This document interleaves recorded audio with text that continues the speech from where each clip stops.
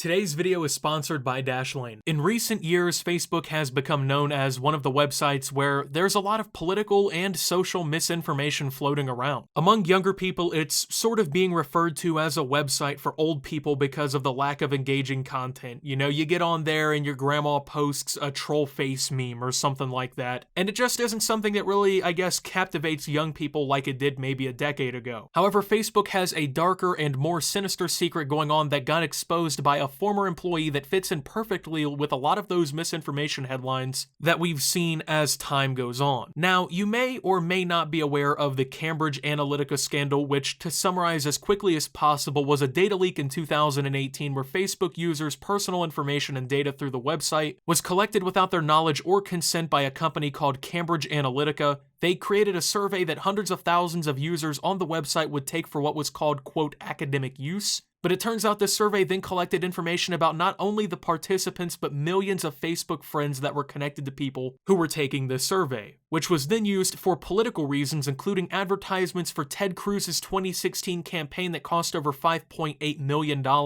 Donald Trump's 2016 presidential campaign, and was even potentially used in Russia and Brexit. When this all came out, it turns out that over 87 million people, mostly in the United States, had their data used by this company.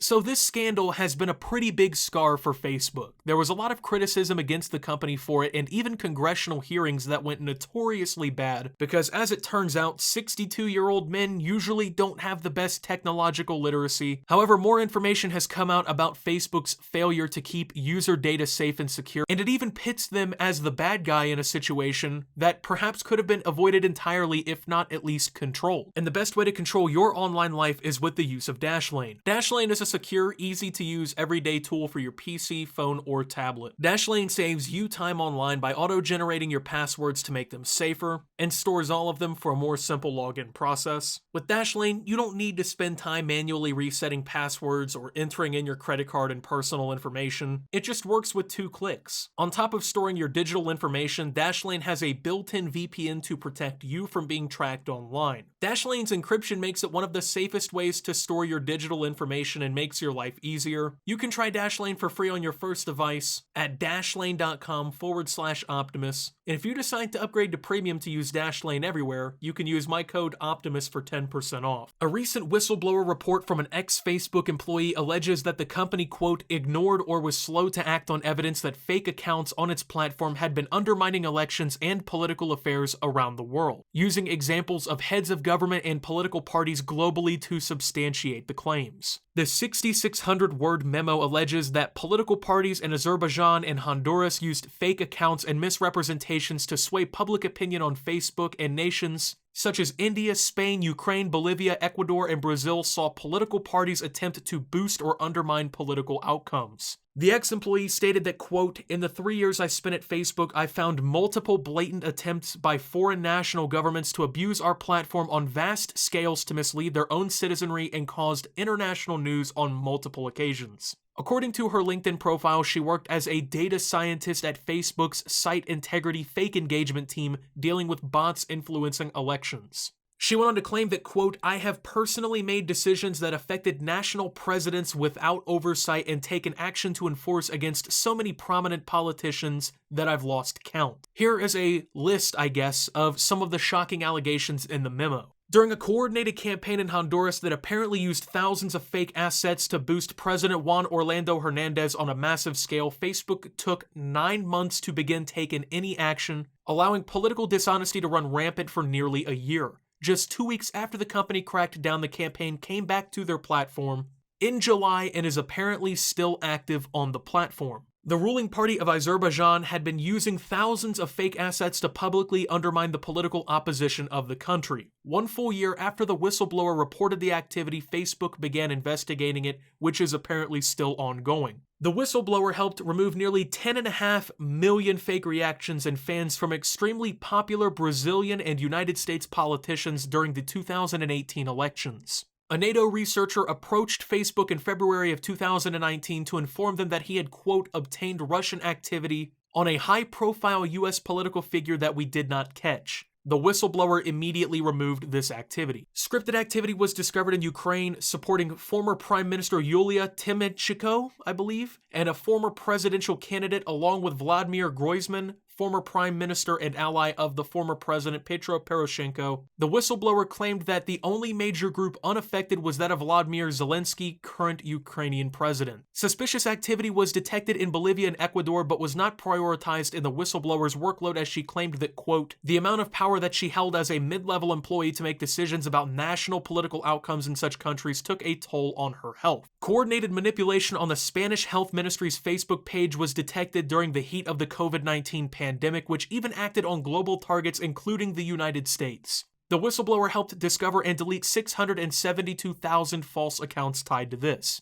A political network of thousands worked to influence local elections in Delhi, India in February, which was removed. Facebook never publicly announced the presence of such a network or even the deletion of it. The whistleblower claimed that she didn't want to previously go public with the information in the interest of not interrupting Facebook's efforts to combat political problems on their platform surrounding the 2020 United States presidential election and also concerns about her safety. The whistleblower claims that she rejected a $64,000 severance package that would have required a non-disclosure agreement, which has allowed for her to come out with this info. A former Facebook engineer made the claim that this whistleblower was, quote, the only person in this entire field that I ever trusted to be earnest about this work. Now, Facebook announced in July 2019 that they had taken down a misleading campaign organized by an administrator in support of Honduras's leader, but did not announce weeks later that the campaign had restarted on their platform, which a year later supposedly still lives. Facebook is accused of not caring enough to act or even disclose these situations, instead focusing on, quote, bigger fish to fry.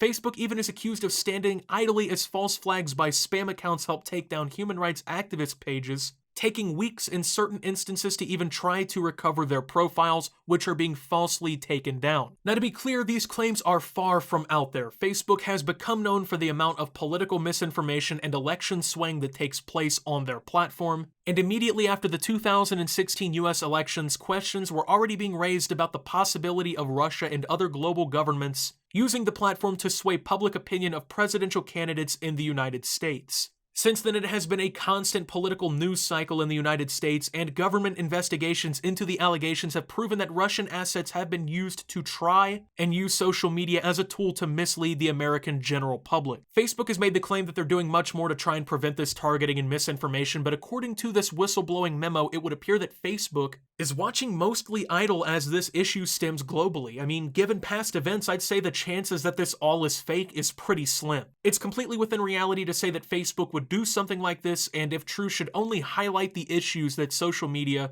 and modern-day misinformation truly pose. I mean, this is a global issue, and it needs to be addressed. People need to be more aware, not only of what's going on in this instance, but in all instances like this. Facebook is not the only social media in which these assets are being used. The internet at large can be a dangerous tool, especially in a situation like this. You're going to notice a lot more of these situations as time goes on. I mean, the internet and especially massive social medias are now a new concept. You have to think, this has all really only developed in just a few decades. In the grand scheme of things, that's not a lot of time. The regulations and restrictions around these types of things are poor, to say the least. But even with that being known, Facebook does not have your best interest in mind. They want you using their platform more and more, reading more things there, getting your information about global events there. They want you there. And at the end of the day, you're property to them. As long as they have all of your data they can use, you'll continue to be such. And Facebook doesn't take any action that they should because nobody holds them accountable. Personally, I would suggest you probably just don't use Facebook, but do I pretend to know the full answer to the question of what to do here? No, of course. I couldn't know that answer. But we do need more action from governments and Facebook themselves. That would be a good start. But until then, this kind of thing will continually be an issue that we have to face as time goes on. Thank you for watching this video. If you did enjoy, make sure to leave a like, subscribe if you're brand new around here on the channel, follow me over on Twitter and Twitch at SubToOptimus. Make sure to check out Shop Opti down below. Thank you to my channel members. Your support helps my channel tremendously. And until my next video, guys, this is Optimus, well, watching as Facebook does all this, and signing out.